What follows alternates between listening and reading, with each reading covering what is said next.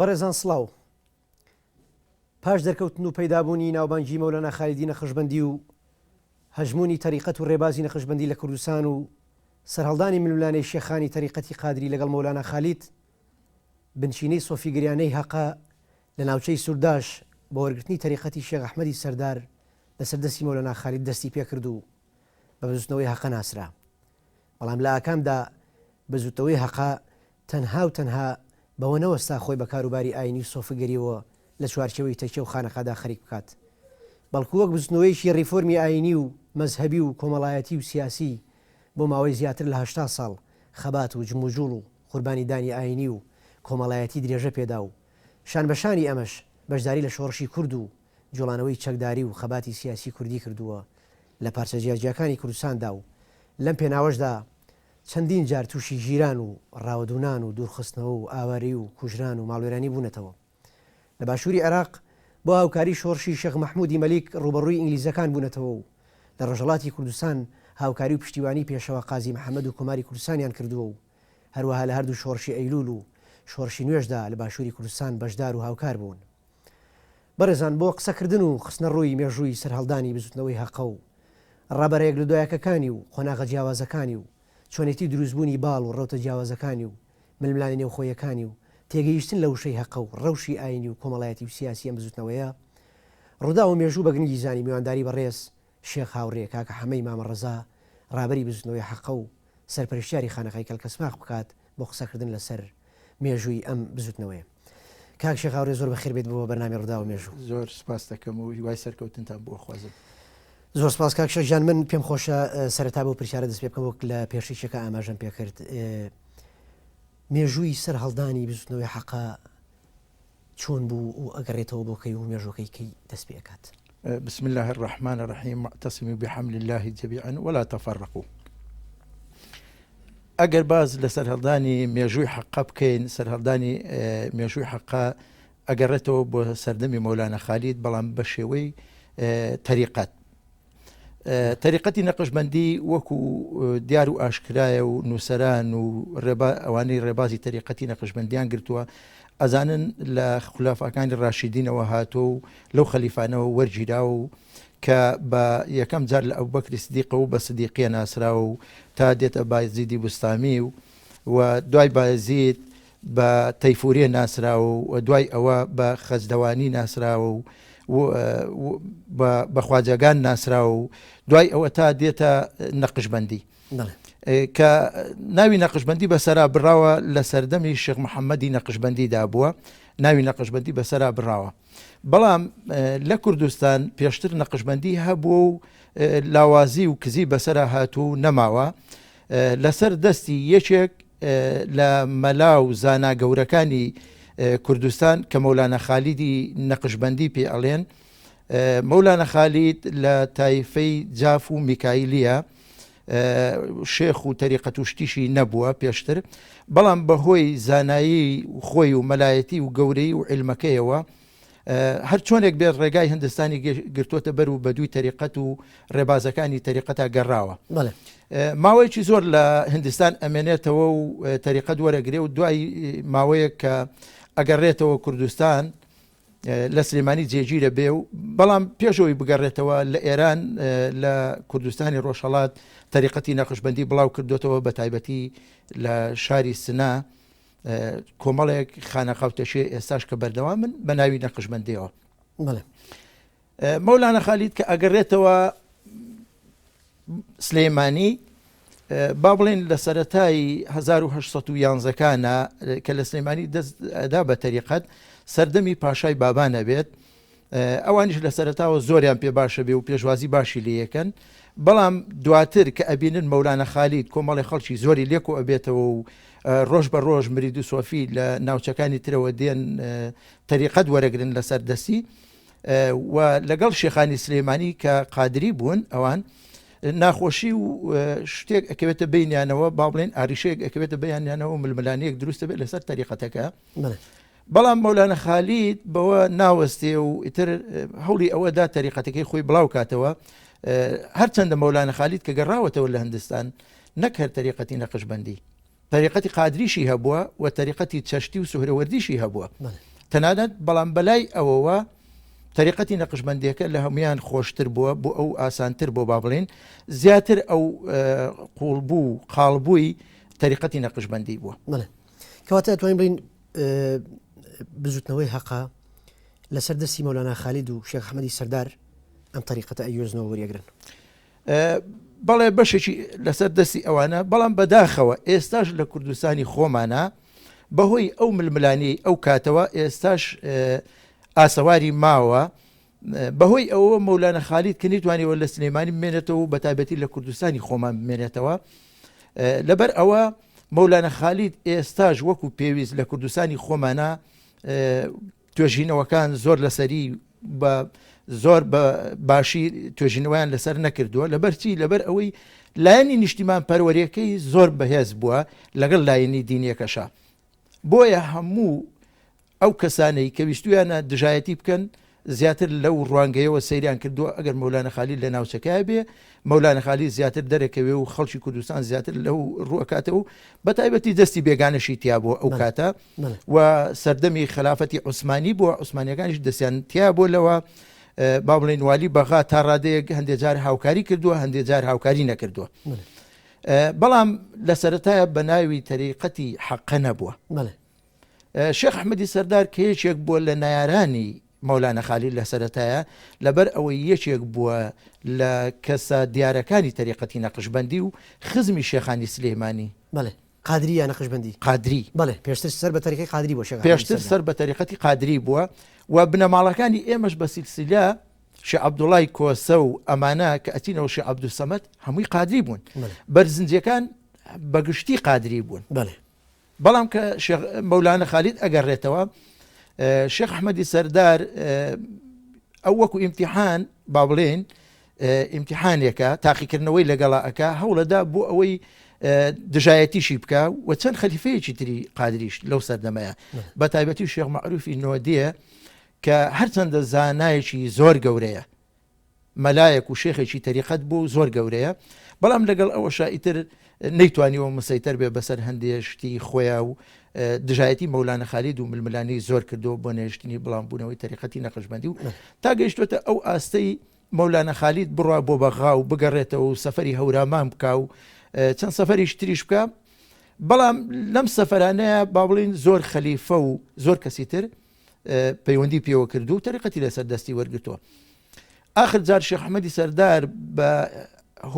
بەوەی کە بچێت دژایەتی بکات وەیە بیهێنێتە قەناعەت کە مەولانە خالید واز لەم تەریقەتە بێنێت کە دژایەتێکی بکات بەرگری لەوە بکات تەریقەتی نەقشبەندی بڵاو نەکاتەوە خۆی لە ناو خەڵکی سۆفی و مریدی تەریقەتی نەقشبەندی وا بڵاوە گوایە تەوەجوهی لێ کردووە با بڵێن مەولانە خالید بەهۆی ئەوەوە ئەویش بێعەتی پێکردووە و ئیتر تەسلیمی بووە و بۆ بەمریدی بەڵام شێخ ئەحمەد هەر لە سەرەتاوە کە زانیوێتی مەولانە خالید ئەو زانایەیە هەوڵی داوە کە پەیوەندی پێوەکە بەڵام ئیتر بەهۆی خزمایەتی و کەسایەتی و تەریقەتەکەی ترەوە با بڵێن نەیتوانیوە لە سەرەتاوە هەر چۆنێک بێ ئەو دەرفەتەی بۆ ڕسخاوە کە پەیوەندی پێوە بکات و بێعەتی پێ بکا و ببێ بەمریدی ئەو تەریقەتی نەقشبەندی وەرگێ دوای ئەوە مەولانە خالید سەردانی سەرگەڵووی کردووە لە هەندێ جێڕانەوەیە کە ئیجارنەوە گوایە لە دۆڵی مێرگەپان و با بڵێن دۆڵە ڕوتەوە کە ڕۆشتون بۆ سەرگەڵوو مەولانە خالید لە ڕێگا قاچی بریندار بووە و ئەو بە زمانی خوێنی قاچی چی لێ کردووە و پاچی کردوێتەوە ئەمانە بەڵام ئەوە ناگەمە من بە قەناعەتی خۆم لە تەسەووفە ئەو شتانە نەبووە بە تایبەتی لە نەقشبەندیە ئەوە دەکاتە ئەوەی زۆر پەرستنی شەخص با بڵێن کەسایەتی هەرچەندە مەولانە خالید قابلێتی ئەوەی هەبووە بەڵام نابێت پەرستن بەکار بێت یا ئەوەن خۆشی پاراستوەلەوە کە ئەسنە سەرگەڵ و شەو لەوێ ئەبن و ئەمێنەوە ئەمانە گوایە لە ڕیوایەتێکە کە باسەکەن ئەڵێن مەولانە خالید شێخ قادری سووری کوڕی شێخ ئەحمەدی سەرداری بەدڵ بۆ کە بیکاتە خەلیفەی خۆی بەڵام لە بەرمناڵی تەریقەتەکەی داوەتە شێخ ئەحمەدی سەردار و ئەوی کردو بە خەلیفەی خۆی و تەریقەت بدات و ڕێگەی پێداوە لە ناوچەی سوورداش نەقشبەندی بڵاو کاتەوە هەندێک ئەڵێن کە شێخ ئەحمەدی سەردار ئەمری خوای کردووە گوایە شێخ تاهای نەهری نەوەی شێخ عەبدولقادر گەیلانی هاتووە ئەو دیاری کە بۆ مەولانە خالید بۆ شێخ قادری داناوە داوێتی و ئەویش تەریقەتی داوە بەڵام شێخ ئەحمەدی سەردار تاکو وەفاتی کردووە لە ناوچەی سوورداش و با بڵێن ناحەی سوورداش و سنوورەکانی تری مەرگە و ئەمانە و ئەو شوێنانی کە توانی بێتی خەڵک هات و چۆی بکات تەریقەتی بڵاو کردوێتەوە و تا کەرکووچیش دوای شێخ ئەحمەد کە ئەگاتە تەمەنێکی وە کە تەریقەتی پێ نەدرێت و پەچی بکەوێت شێخ قادری سووری کوڕی ئەوەی کە گوایە مەولانە خالید کردوێتی بە جێنشینی خۆی و خەلیفەی خۆی ئەویش تەریقەتی داوەتی و کردوێتی بە خەلیفەی خۆی ماوەیەک ئیتر چەند لەسەر گەڵ و ماوەتەوە و تەریقەتی داوە ئەویان دیار نییە کاتەکەی بەڵام کاتی خۆی لە کەرکووک خانەقایەکیان بۆ کردوێتەوە بۆ شێخ قادری سوور لە تورکیاوە بۆی عوسمانیەکانەوە ئەمریان بۆ دەرکردو خانەقایەکیان بۆ کردوێتەوە کە لە کەرکووک تەریقەت بڵاو بکاتەوە و بچێتە ناوچەی کەرکووک شێخ قادری سوور لە ماوەتەوە تاکو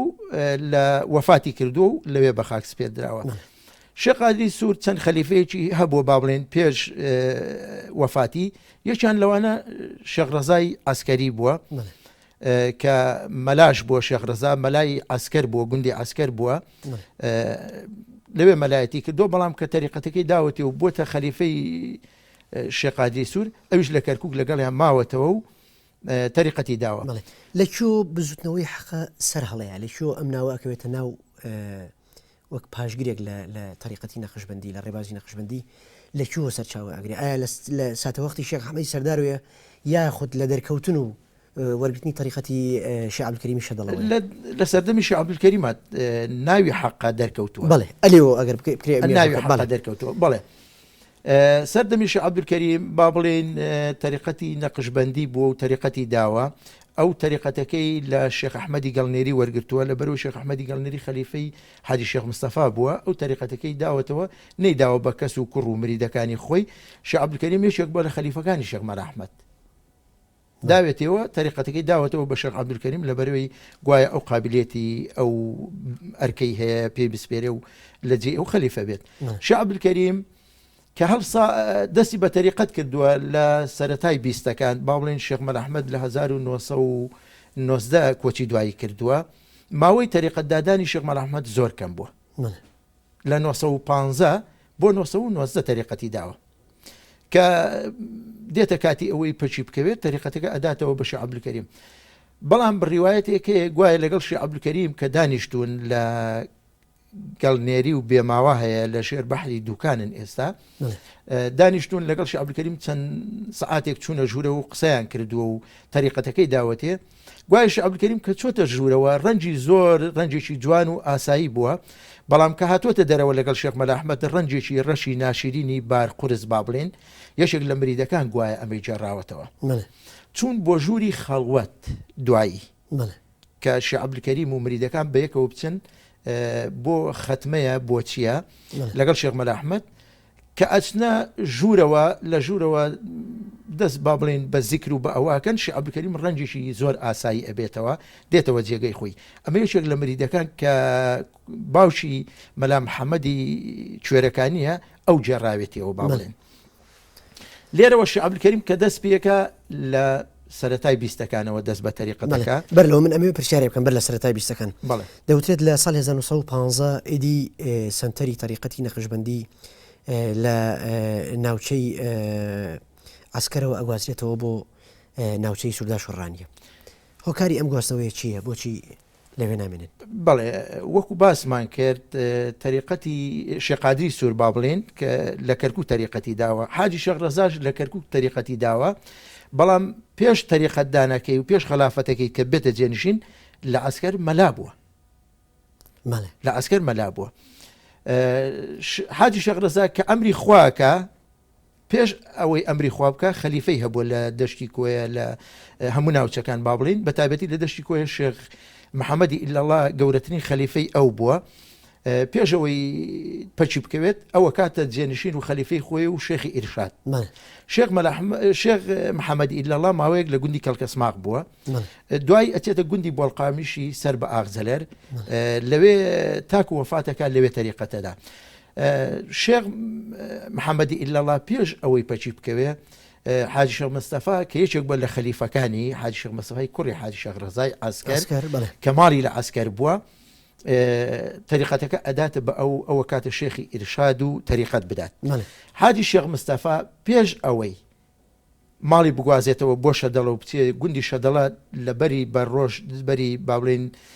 چەرمابان دابان باڵین ئاوەدام بکاتەوە هاتوچۆی شەدەڵە و مێرگەپانەکەن زستانان چوونەوە گەرمێن هاوینان هاتوونەوە دۆڵی مێرگەپان و شەدەڵە و حەزیان لە شوێستان بووە گەرمێن و شوێستانیان کردووە بەڵام حاجی شێخ مستەفا بڕیاری ئەوەدا بێتە شەدەڵە حاجی شێخ مستەفا لەو چەند ساڵی پێشەوەی بێتە شەدەڵە کە ماوەتەوە بۆ هاتوچووکردنی ئاسانکردنی هاتوچۆ لەسەر چەمی سۆر قاوشان با بڵین کە ئەوسا ئاو بەفر و باران زۆر بووە پردێکی دروست کردووە ئەمەش بەشێکە لە سیاسی ئەم بنەماڵە بەشێکە لە هاوکاریکردنی یا بە با بڵێن نیشتمان پەروەری ئەم بنەماڵەیە کە حاجی شێخ مستەفا هەڵساوە بەبێ دەوڵەت بەبێ هیچ کەسێک پردێکی دروست کردووە بۆ ئاسانکاری بینی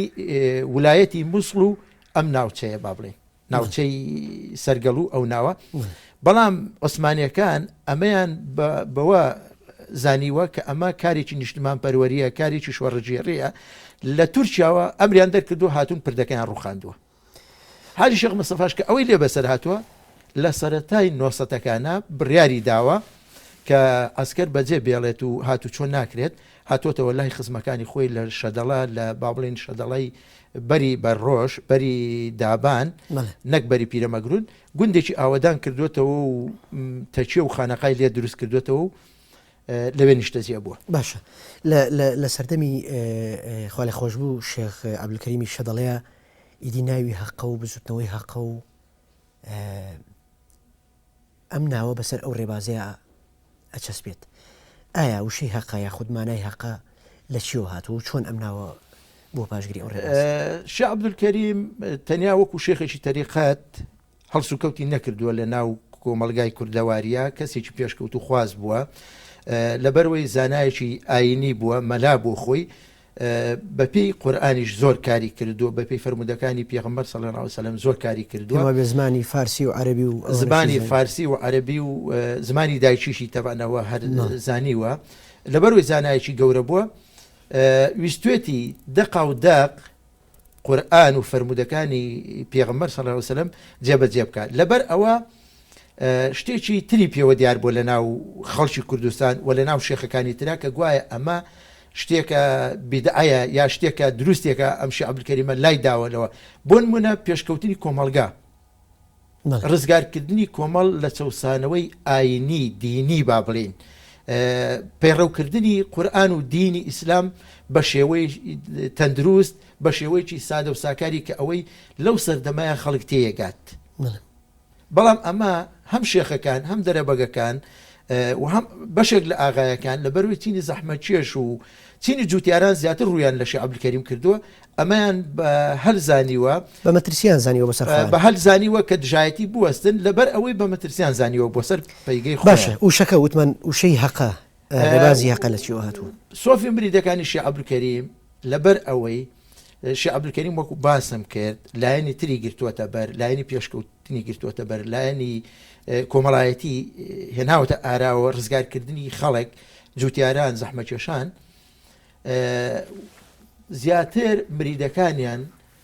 چەند شتێکیان بەکارهێناوە با بڵێن لە زیکرەکانەیە یەکیان کە حەق ناوی خوددایە یەکێکە لە ناوەکانی خوددا زیاتر حەقیان بەکارهێناوە وشەی حەق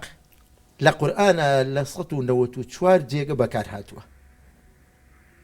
لە 194 جێگە بەکار هاتووە شێخ عەبدولکەریم و بە مریدەکانیشی فەرمووە زۆر جار فەرموویەتی ئێوە ئاگادار بن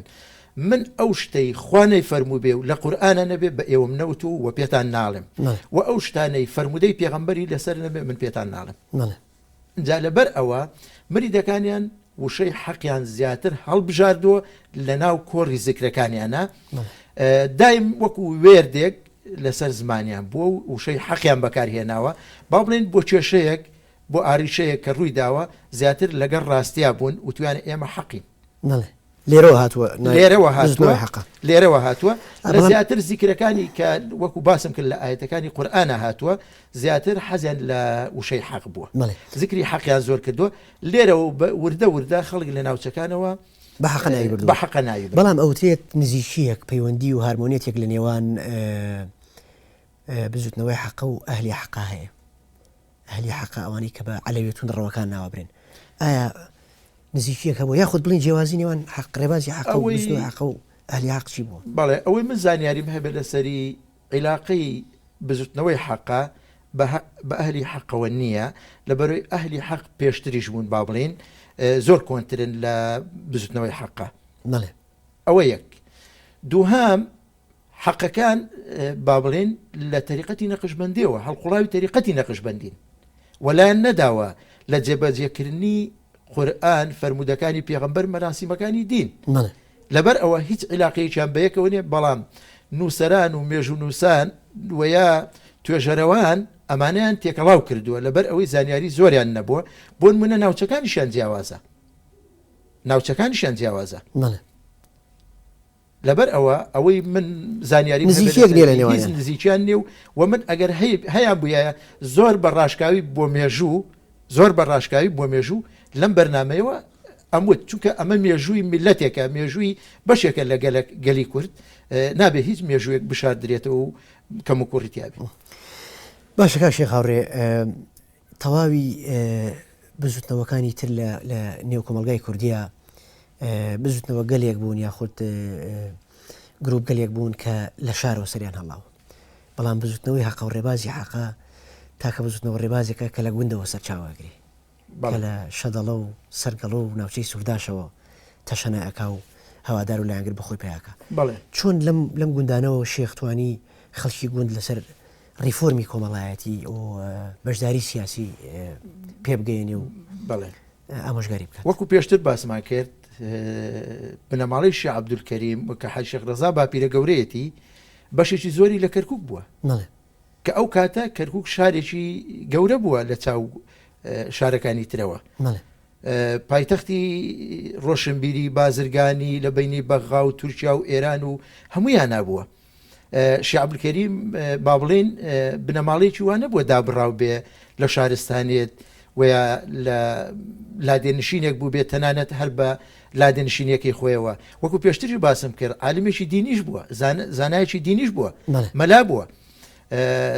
و ئاگاداریشی هەبووە لە ئەدەبی کورد و ناوچەکە و لە هەموو ڕووداوەکانی ناوچەکە لە کوردستان لەگەڵ ئەوە شاکەسێکی خوێندەوار بووە و لەگەڵ بابانیەکانی شا تێکەڵاویان هەبوو بنەماڵی شێخ عەبدولکەریمی شەدەڵە ئێستاش ڕەنگ بێ کتێب و شت هەبێت کە بە هەدیە دراوە بە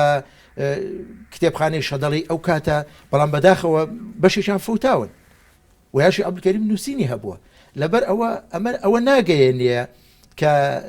لە لادەیەکە بزوتنەوەی حەقا هەڵقوڵا بێت